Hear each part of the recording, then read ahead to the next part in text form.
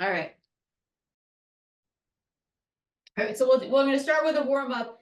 And what we have been doing is kind of working on this pelvic floor stuff. And I'm just going to do it in such a way today that it's a Qigong. So we just keep our movement going. The Qigong that we did on Thursday. So just circling the hips and noticing, I'm always noticing like where my hands fall, like what needs a little bit more support. They often go to my back, but today they want to go to the hip flexors. So wherever your hands fall, you're adding a little bit of warmth and energy to that spot as you move. And of course, your attention.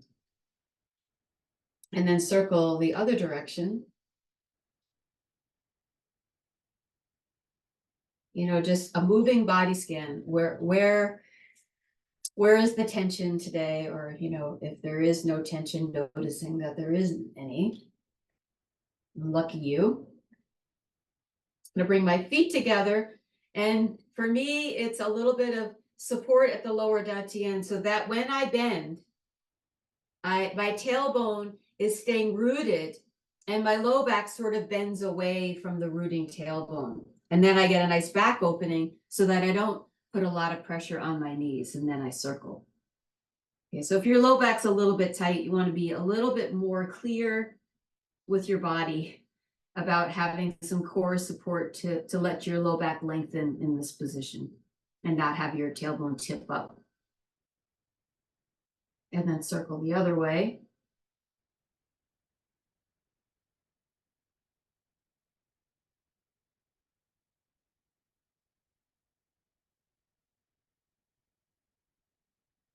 All right, we'll come back and roll the shoulders.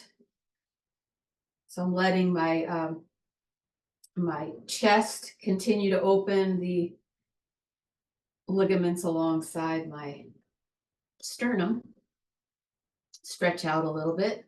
Sometimes you don't even realize that all day long you don't get a lot of movement there until you start to move.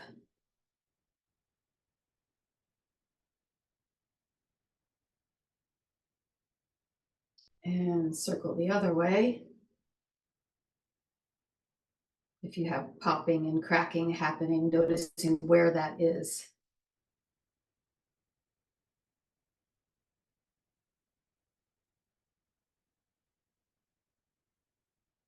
Right, and bringing the chin in and the ear, we're lengthening one side of the neck. So I feel as though I'm lifting as I tilt. So I don't feel like I'm crunching one side, I'm just lengthening the other. And with a little less effort, a little bit more gravity, just drop your nose down. And then lengthen up the other side, lifting through the crown, and then letting it drop.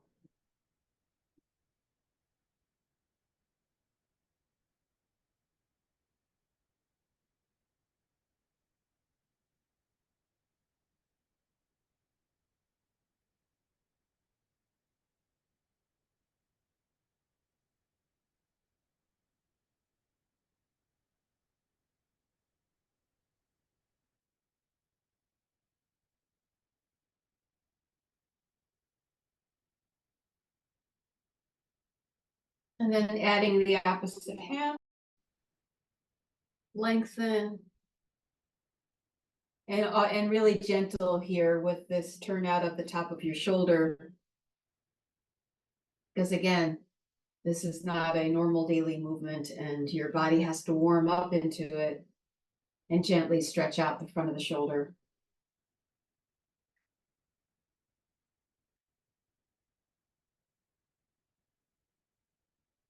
Okay, so we're gonna step out in our horse stance. And I'll try to explain, if you haven't had any of the pelvic floor stuff, the pelvic floor, the concept or the conceptual model for it is like a baseball diamond. And you have the pubic symphysis, the two sits bones, and then the tailbone. So that's your diamond, right? And so you can cut that diamond in half and work the front triangle or work the back triangle or more the left or the right triangle. Okay, so just having that concept in your head, because as we go through these exercises, we're going to move from external movement to internal movement. So you can kind of feel a little bit of contrast. So I'm going to do the movement of my pelvis in several directions. And first I'm going to start with my hands. That's totally external movement, right? I'm using my hand to push my pelvis. You know, pushing into the hip crease and feeling like I'm just letting my pelvis, it's kind of a nice feeling because I'm letting my pelvis relax and I'm letting the outside pressure move my pelvis. So this is a passive lift of the left and right, or medial lateral stretch of the hip joint. Pushing one side down, pushing the other side down. You notice like, oh, one side might be easier to push down than the other. You just kind of make note of it because that's your personal signature of what goes on in your own pelvis and where you want to be mindful of correcting, you know, before you do Tai Chi or Qigong, that you think, oh yeah, my left hip is up or whatever. I have to kind of keep my mind's eye on that. Now I'm going to just let my hands not do the work and continue to do this movement with the muscles around my hips. So I feel it's going to be some QL, a little bit of my hamstrings, and my hip flexors are moving my hip side to side. And that's, you know, I'm used to that, right? Because that's kind of the way we orient the exercises in our bodies, a lot from the external muscles, the big muscles. Then if I just got softer with the feel on the outside, and I thought about that baseball diamond, and I thought about one side of the diamond getting stronger and then the other side. And again, it's not like you can do a Kegel and that's it. That's not it. It's actually bringing your mind to notice that that's happening anyway. Pelvic floor is actually helping with the movement anyway, but we get so distracted by the outside movement that we actually kind of don't notice that there is some help from this muscular floor. It's a strong floor. So I'm just thinking, oh, maybe that one side is tensing up, pick up the other, or you might feel it more on the side that you're picking up, but you're feeling into your pelvic floor. And the movement, then the outer movement gets a little bit less. So you feel like you're governing the movement from the inside. And with Tai Chi, that's kind of what we're trying to do, is get more inner and then have the outer support that, instead of the outside working and never connecting to the inner, which creates a lack of smoothness in the movement. So I just think that my pelvic floor is doing this. So I get a little bit less movement, but it's a little bit more integrated from left to right, because the bridge between the two is actually, there's chi there, there's energy there. Okay, so then we're gonna let that go. Hopefully your hips feel a little relaxed from medial to lateral. Now we're gonna work on the front triangle and the back triangle. So first, we're just gonna press the hip creases from the front and let the tailbone go back, and then you could take your hands and push your pelvis forward. So this is totally, passive. I'm letting the hands guide the movement of my pelvis. So you get like 3 different experiences. One is, your hips are passive and your hands are making the swing move, right? Very passive. And this could be a great thing to just feel the bones and how they're aligned in there, because the muscle feel isn't getting in your way. You can feel more the passive ability of your pelvis to just move through space without a lot of muscular tension. All right, so then we're going to do it the way we usually do it, which is just shorten up your back, shorten up the front, right? So the low back gets a little tighter when you drop the pubic bone down. And then when I draw in my navel and lift my pubic bone towards my chin, my low back gets longer, right? So there's definitely hip flexors involved and hamstring. You're gonna have a little bit of everything helping out getting that anterior posterior pelvic tilt. Okay, so we all here know what this movement is, because we've done it so much. And now we're going to quiet that back and core, and just imagine that when you're pushing your pelvis forward, that the back of the triangle is getting a little contracted, and then you can release that. Maybe the front, maybe you'll feel the front. If you have an anterior pelvic tilt, you might not feel the front. But then when you come to bringing the pubic bone forward, the back contracts. So you can just think, oh, back and front, like a little fan closing and opening. The back is getting more contracted, the front is getting more contracted. And in doing this, you'll notice that maybe your overall movement is less because you're trying to focus more internally. But then you start to feel like, oh, there's like a smoothness to the movement. It's just a rocking from within. A little bit less of the outside, a little bit more of the inside. Okay, so this is the connector between right and left, front and back, side and side. And if I don't have that connector within my whole map, then I become a right and a left and not a whole circle. So diaphragms are important for connecting what seemingly, you know, the yin and the yang, the separate things. It brings them together. So now we're going to go across the diagonal. So I'm going to take one hand, front crease, back hand pushes at the SI joint.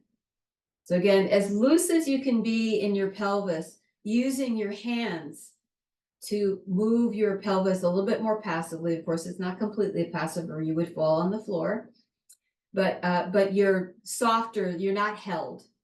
And it's good to learn how not to be held in your pelvis, because though it looks still in movement overall, it's dynamically moving internally all the time to help you keep your balance. So I'm being as loose as I can with my pelvis and letting my bones just move around with the pressure from my hands across the diagonal. Okay, and then if I take that movement over, what does it feel like? So there's a QL, I feel my obliques, and in the back, I'm going to feel my QL on the one side tighten, the back side, the obliques, etc. So those of you who do chair, you know, we do this in the chair and you're not rocking your pelvis, you're moving your upper body to get that, simulate that movement. Okay, so I'm using the muscles. All right, and now this is a little trickier, but it's important because in Tai Chi, we do a lot of diagonal movement. All your brushed knees are diagonal. So much of your movement is diagonal. So it's going to be the back quadrant and the front opposite quadrant that you're thinking of the pelvic floor. So I just like thinking of the back quadrant. I might drive down with that part of my pelvic floor and then drive down with the front.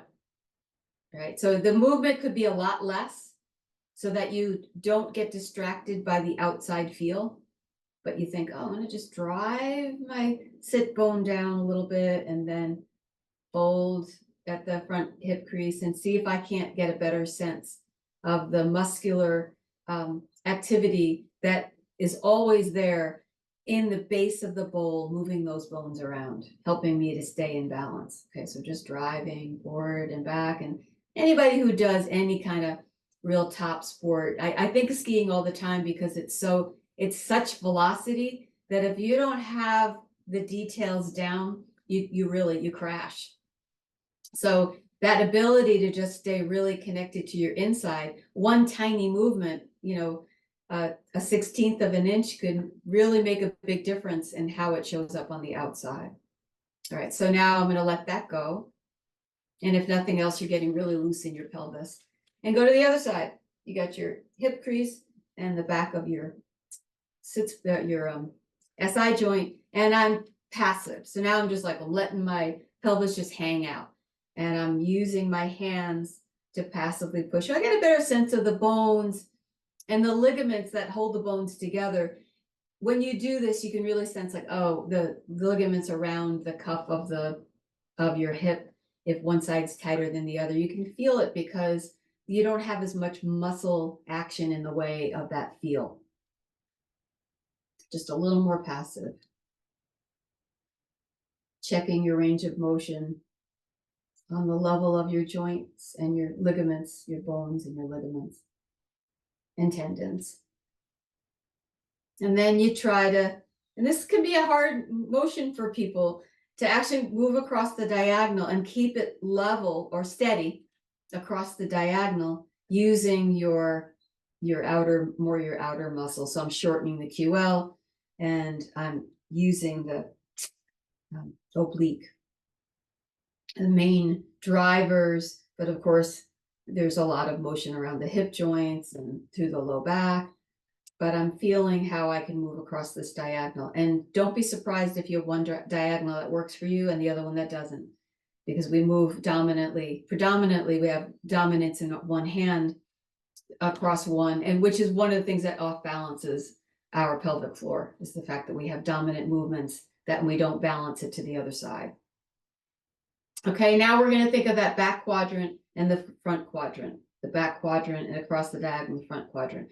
Less movement, just thinking that you're driving your tailbone forward and then you're bringing that crease in, and then just kind of noticing that the movement is smaller and slower and you're not using a ton of outside activity. You could just feel how the pelvic floor, or even just thinking about it, even using the conceptual model, the whole idiokinesis idea that you envision it and chi will go there, right? Even if you're not quite sure how it works or how you could make it work, it's working anyway, and your thoughts and your focus or your imagination can help to bring more chi there.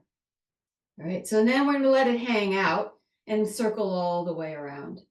So I could circle the way I usually do, which is like outside muscles moving, and then I can circle down till it feels like there's just this diaphragm is sort of contracting all around its perimeter. So it feels a lot more internal. And when it's internal, it makes you feel like your hips are a lot looser because there's not a lot of extra held tension. So there's more ability to move.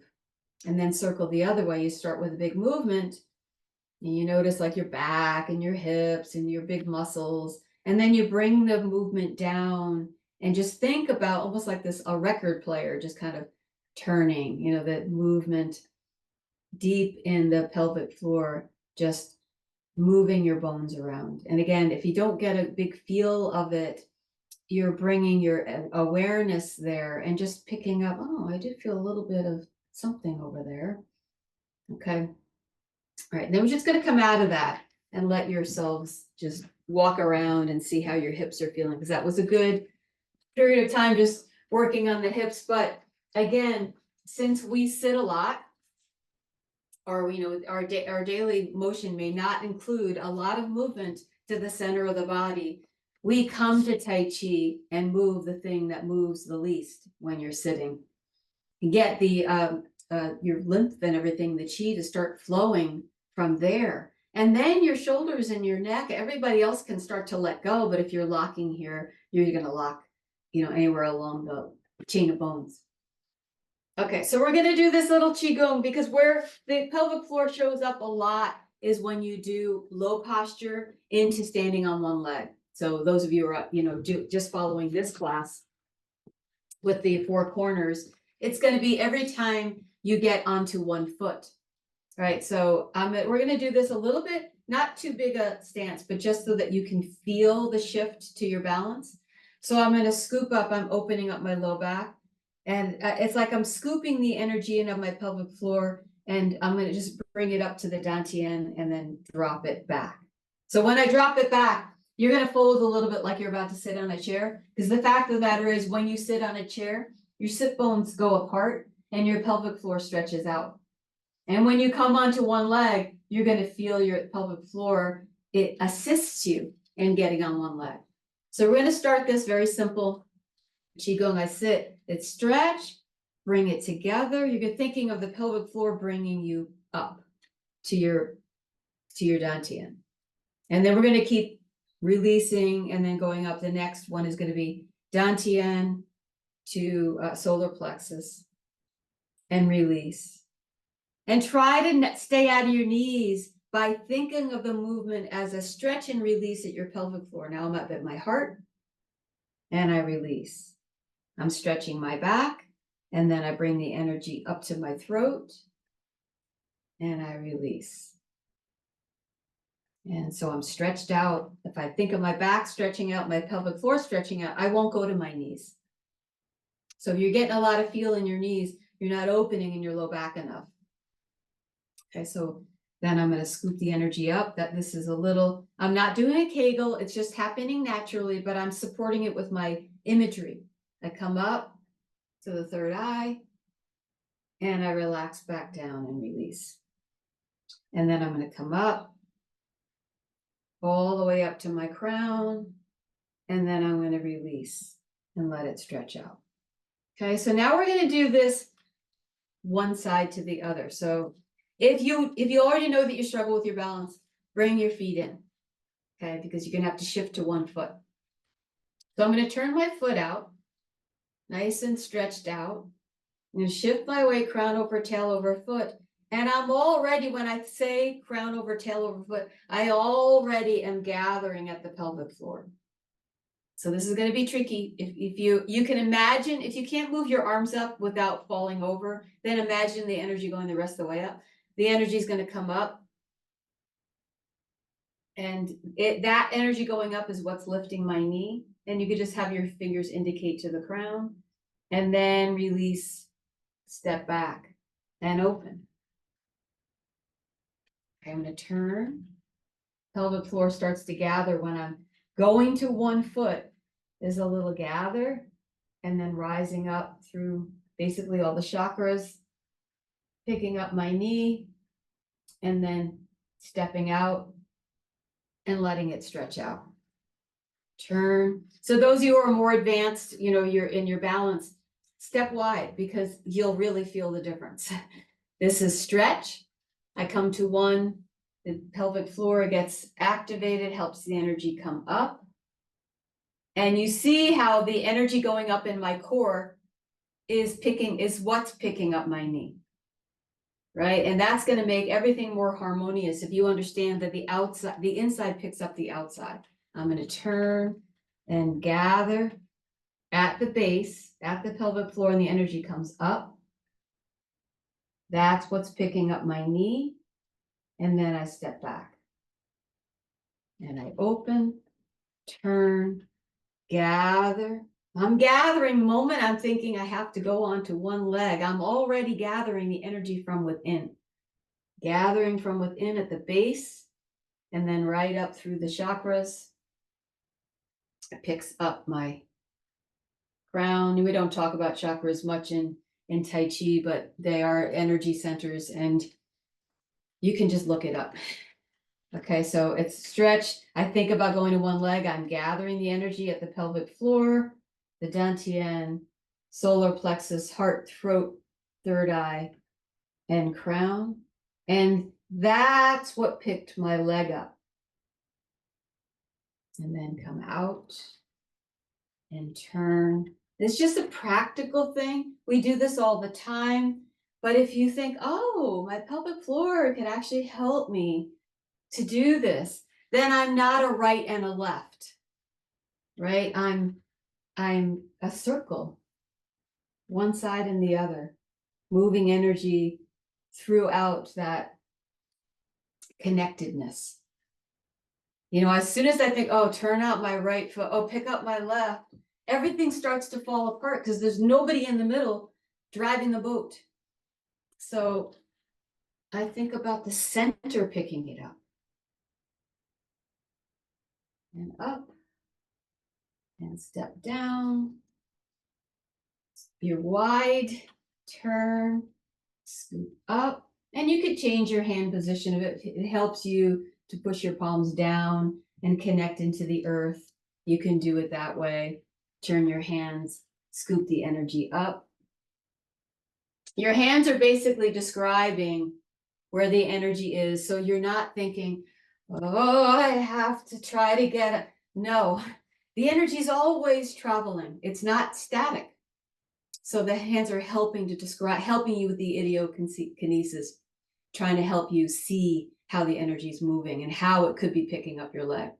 So when you guys go onto one leg, this move that we do, it isn't find your balance and then pick up your leg, right? That was not whole, not connected. And there was no energy. There was no more upward moving energy to pick up my leg with.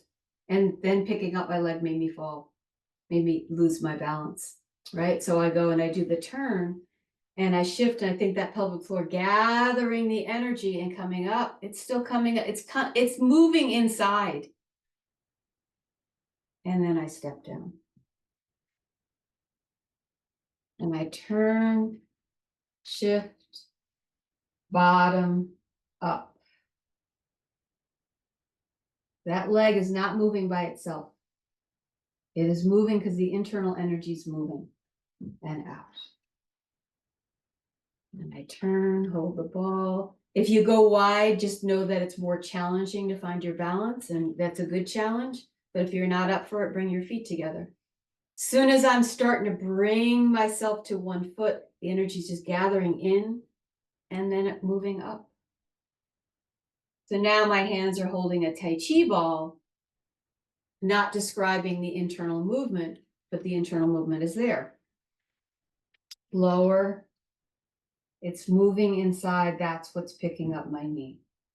So if you've always found yourself falling over, every time you find your balance and then you go to pick up your leg and you're falling over, it's because some part of you is freezing. You know, you're freezing to pick up the leg, and now the leg is not an integrated part of the whole. So if the internal energy is always moving and knowing where it needs to be moving, your leg just drafts the energy. It doesn't work on its own. Every time my appendages work by themselves, not as a part of the whole internal, that's when things fall apart. You disintegrate. So I'm not, again, I'm going to say this, especially if you have not taken one of these core or pelvic floor classes, I'm not tightening my pelvic floor and doing a bunch of Kegels. I'm noticing that my pelvic floor is there. It's this muscular diaphragm that's helping all of my movement, and I'm allowing it to be part of my understanding of the chi movement altogether. I'm bringing it on in my awareness so that I can use it. So for those of you that do the lower posture, and I won't do a big lower posture because I'm still little cold, but when I go and I do the lower posture and I turn, this is a big sit. This big sit has a lot of pelvic floor stretch. So I'm really stretching here, and I turn and I turn. And now this is where the pay dirt is. If you have that knowledge of your pelvic floor, it's the inside that's picking all of this up. So if you've been struggling with that move, low posture into standing on one leg, you bring in your internal knowledge. The Qigong that we just did, just do that a lot until you really understand that the energy is continually moving as you're shifting, as you're lifting up your knee, and then as you step down and you step back and it opens up again. Just keep doing it until you get a sense that the energy is scooping up from below, and that it's almost like it builds up the pressure through the core channel, and then it drains, it relaxes, opens and drains back down. Then your appendages have a maestro to follow. They have a core movement to follow, and not all these crazy different pieces of the orchestra doing their own thing. Okay, so we're going to go ahead and do that, both sides of the movement. This time, think about what your pelvic, or you don't even think about it, feel your pelvic floor and how it might be helping you, because it's the felt sense of it is really where it's at. You know, not trying to manipulate it, but trying to watch it and augment it through your watching.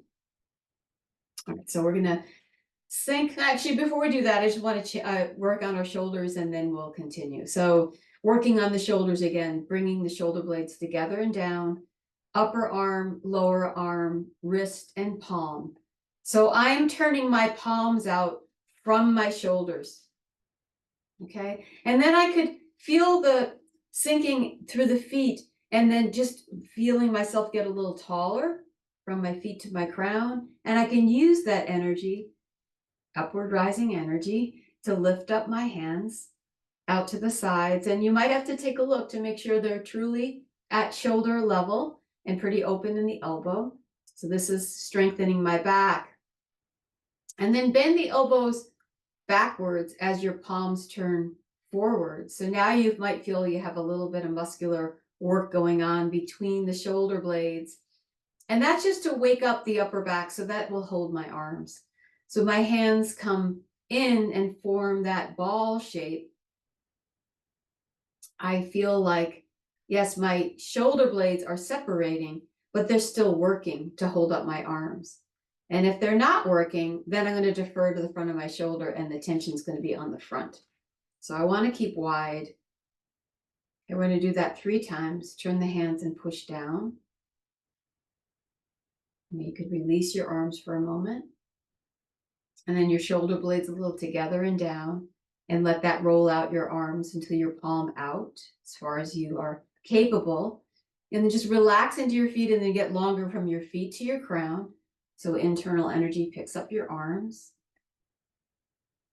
And then push your elbows back as your palms face forward. Feel the energy. You're just waking up between the shoulder blades. And then letting the fingertips come together as though there's magnets on them. Almost like your elbows are a little reticent to come in. They're bending a little bit more. So you keep that open space in the middle. And feel how your back is supporting your arms.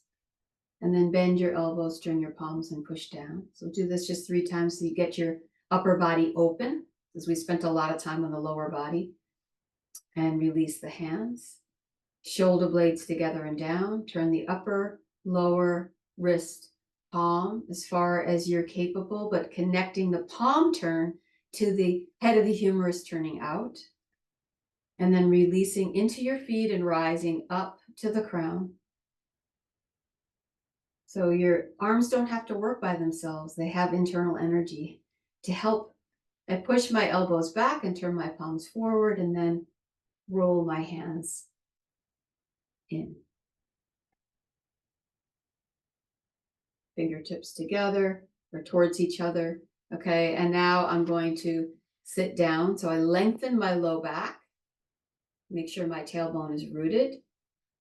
And I'm going to find the ball. I'm going to turn the hands into a vertical ball shape.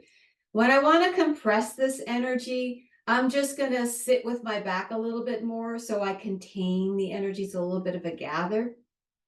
And then I stretch and I open, feeling that home hip, the one that doesn't turn. The knee needs to stay with the toe. Feel that home hip open. I shift crown over, tail over foot. And now I'm thinking pelvic floor is helping me with the energy moving up. I relax the back a little bit as I send the hand and foot forward. And I step and move into Warda. When I make this change, my back hand does not leave my center. The front hand can move away. The back hand is covering the center. And then I drop. I soften the hips and I soften the elbows and turn. I push the front hand down, lift the crown and the hand up, fold the front hip again and press. Okay, so the press is coming down the midline, and now I split exactly off the midline with both hands and up.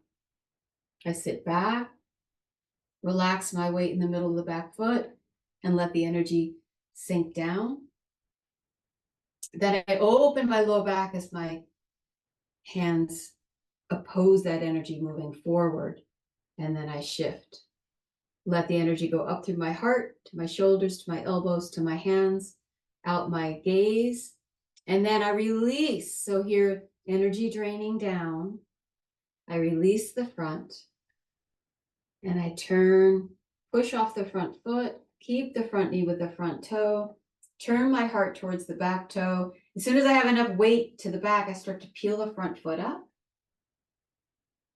Feel a little bit of that lower helping me lift up through my chakras, and then I step back.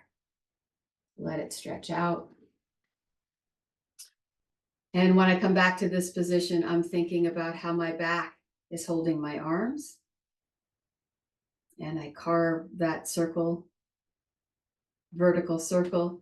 I really feel my back opening so that I feel the gather energy of my hands coming from my back. And I open up the home hip. So where I'm turning away, the hip that is I'm leaving is the one I really feel the stretch in. And I want to turn enough to that width of my spine so that I turn my heart to my toe that's turned out. Crown over tail over foot. A little pelvic floor energy helps the lift. And then a little back helps me to open to the front. A little flexion out the back.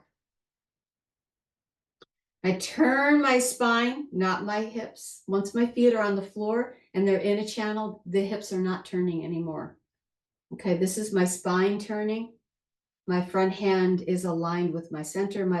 The front hand is moving away and the back hand is aligned with the center. I have to sit back, keep the front knee with the front toe. Anything, just focus on that. Staying rooted. And then the back knee stays with the back toe. So it asks the hips to do more rotation. Press. Split off the midline.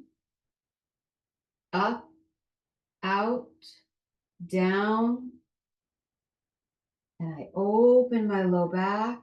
I'm dropping my elbows. And then as I start to shift, I lift the heart. Send the energy shoulder to elbow to hand and gazing forward, and then letting that energy that's moved up and out sink back down internally to drop that front hand, and then turning, pushing off the front knee, stays with the front toe, turning the heart to the back.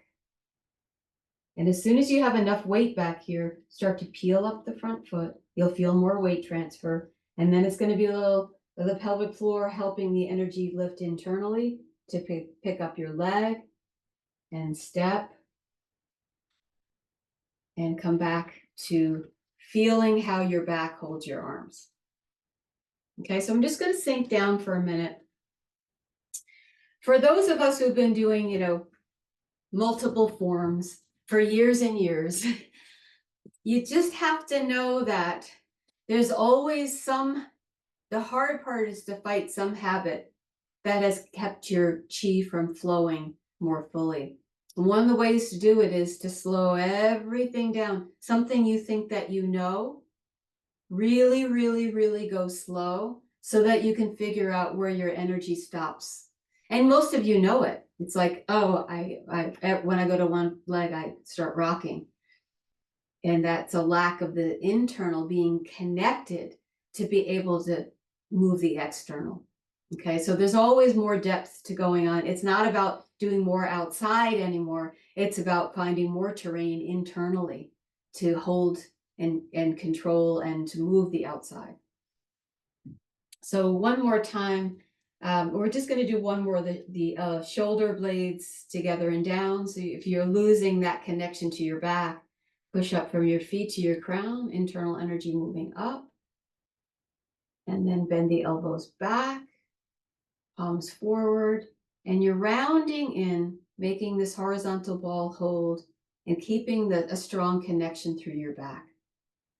So to turn to the vertical ball, my hands change position on the ball, and I gather the energy by sitting a little more deeply. And I'm not sitting in my knees. So just be aware that the sit is coming from my back opening, my tailbone really dropping, my back opening, and then my hands closing the energy. I'm not sitting in my knees more.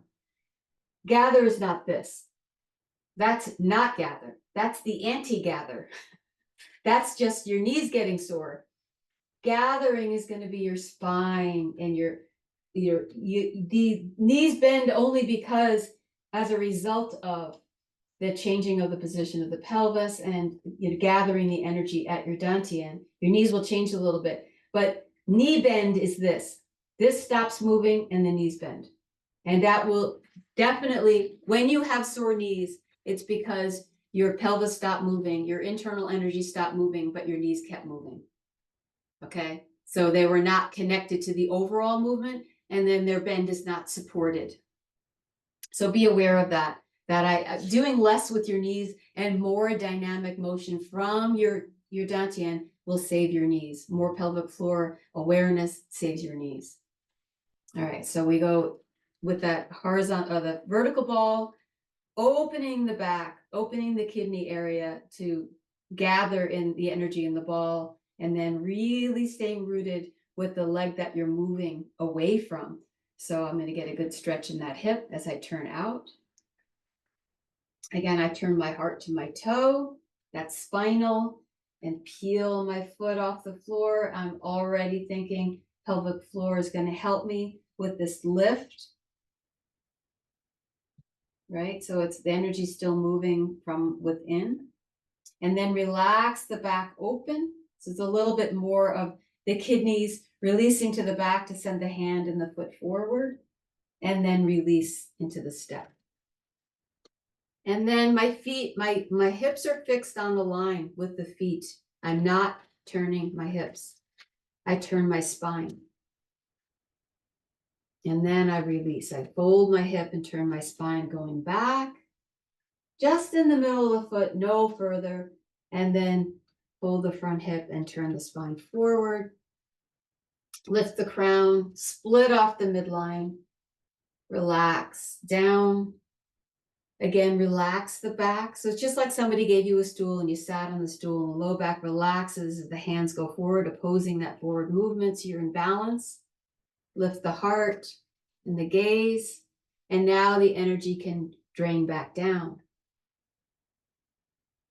Turn, keep the front knee with the front toe, turn the heart to the back. When you're back far enough, you start to peel the foot, transfer the weight, and a little bit of a gather at your pelvic floor, energy moving up.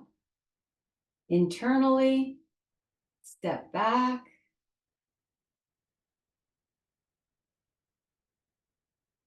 And turn. Heart goes to the toe, shift, crown over, tail over foot.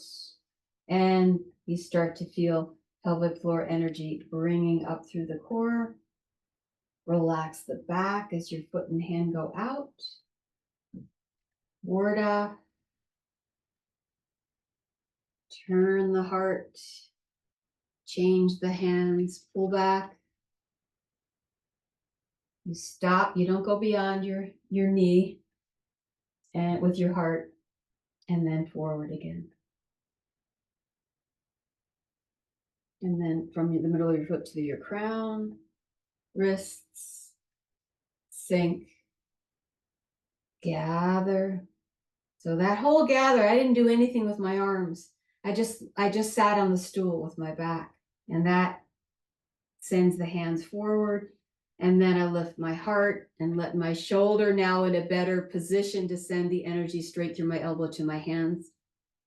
And now I can drop, soften, gather the energy, push off the front foot, keep the knee with the toe, turn towards the back foot. Keep your elbows a little wide, connected to your back. The chin is in, a little pelvic floor energy rising up through the chakras. And then step back. Okay. So it might be helpful for a while to just practice the hands describing the energy moving up and down, so that you start to say, oh, yeah, right, there's moving. If I want to pick that leg up, I can't just pick up the leg. I have to pick up the energy and then let it drain down, and pick up the energy and let it drain down. And if it's not challenging enough for you, take a wide stance, because that's challenging for most people. You step out in a wide stance and you turn and you shift. And from here, you have to keep your shoulders and your hips parallel to the floor. You got to use internal energy, bringing this up, up, up, up, up, up. Okay. And then reversing that. So coming back down, coming out of this back, moving back can be really challenging. So I have to sit back and turn my heart to the back toe and keep my elbows wide. So if you start to pinch your elbows in, your shoulders are going to go up, and that's going to disrupt your balance. The elbows need to go out and down. My heart needs to reach towards my toe. Then as I peel my foot, you're gonna feel more transfer of weight, so you can find your vertical. Make sure your tailbone is down, your chin is in, and then bring the energy up through the core. So that might be a good place for a lot of you who have been doing Tai Chi for a while to study, is the withdrawing of the leg and coming up through your core. So if I did this with my hands, I sit back and I turn and I peel, right? And I just say, okay, chin in, tailbone down, energy up. Step back.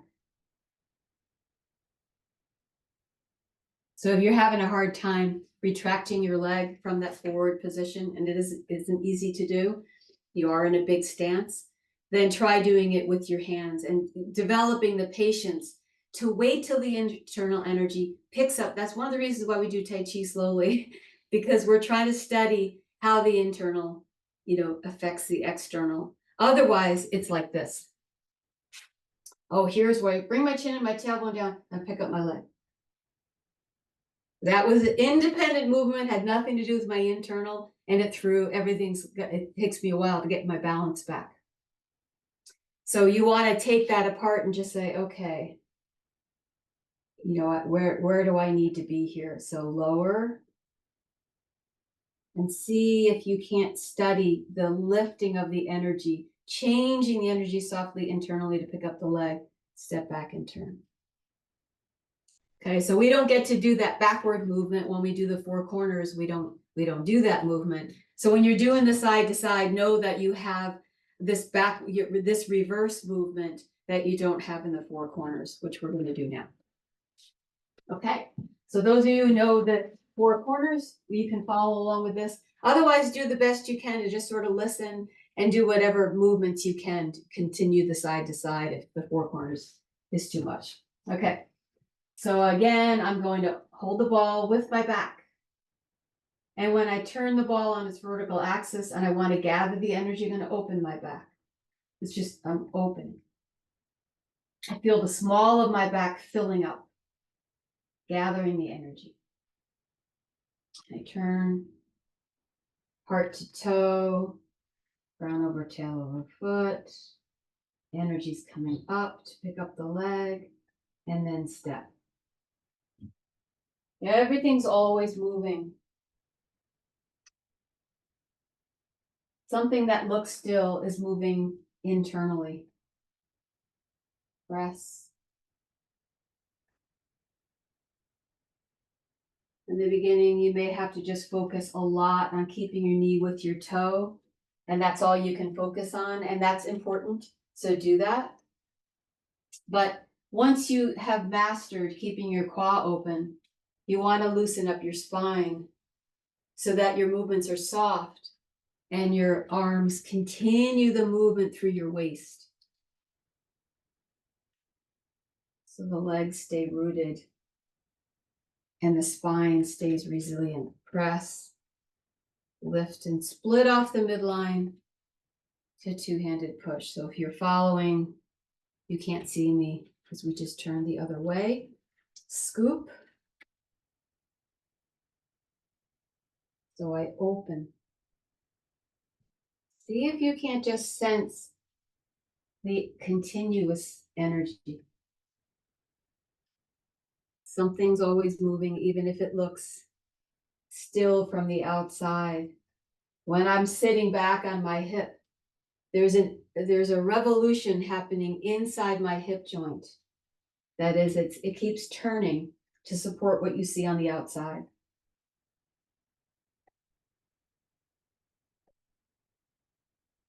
Nothing is static. Forward off. I keep my lower strong so my upper has more ability to move. But internally, that back hip is turning to support the movement of my upper body in multiple directions. Making sure to keep your elbows out. Scoop. Open the back. Lift the heart, turn, pull back, and press. That back hip joint gets a lot of change in turn, even when you're just sitting back on your back leg. It turns because your upper body continues to turn. Right, open.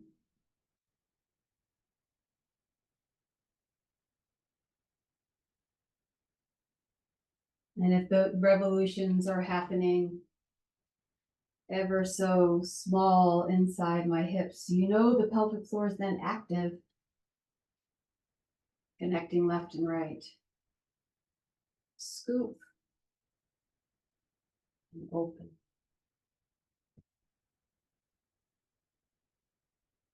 Turn and turn.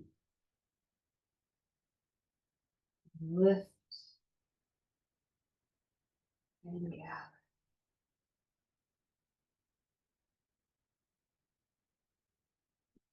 Hold the vertical ball. Open step, warda. Pull back. Press. Sit back. And two-handed push. And one last turn, I scoop. And find the vertical ball. Step, warda. Keep the back knee with the back toe. Pull back, keep the front knee with the front toe. Let the spine softly turn. It's the stability below that helps you find a resilience above. Follow the hands forward.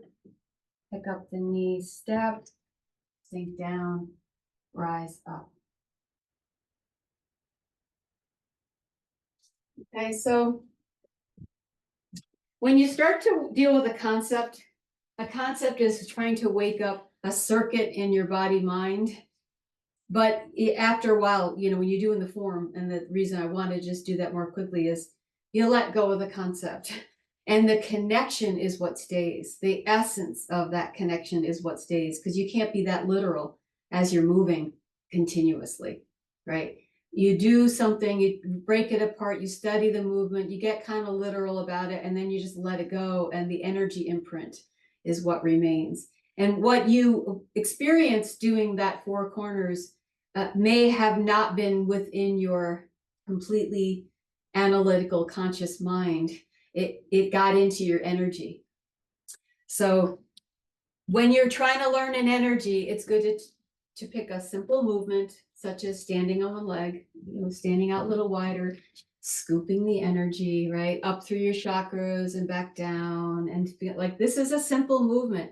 It enables you to feel, oh, I feel that the energy of moving upward, and now I feel it sinking down. I stretch out the pelvic floor as I'm sitting, and then it gathers together and the energy can come up, and you actually feel your spine straightening and supporting the upward lift, right? You just do that a bunch of times, so you start to feel like your hands aren't leading, your hands are following. In the beginning, your hands are going to lead, like, oh yeah, my hands are going to bring in the energy, and oh, there's my pelvic floor, and it's an outward thing, just like we did when we were moving the hips. Outside, muscles, inside, right? Eventually, you want to get to the point where you feel like, oh, my hands are following the internal energy go up. Because in Tai Chi, that's what we want to feel, is that the internal energy is governing that outside. Right. So you'll take it through those different phases where the conceptual model of thinking, oh, this is compressing my pelvic floor, and then the energy's moving up. For those who study yoga, it's like moving up the bandhas, you know, and then relaxing and opening, and the channels open and let the energy sink into the earth. You could just do that a bunch of times until it feels like, oh, my hands are following something else that's invisible. And then you got the chi flowing. you have to do it like with your imagination, and then the energy comes, and then the outside starts to follow the internal energy. And then it'll show up in more complicated things, such as that four corners. They'll just be like, oh, there it is. Yeah, every once in a while, just like this familiar thing that you've done in Qigong will show up in the form. And that's how it happens. It's not like it's like 100% there all the time. It's just like it shows up because you did the exercise repetitively enough that it sort of gets into an energy imprint. And then that starts to help your form. All right, then, onward.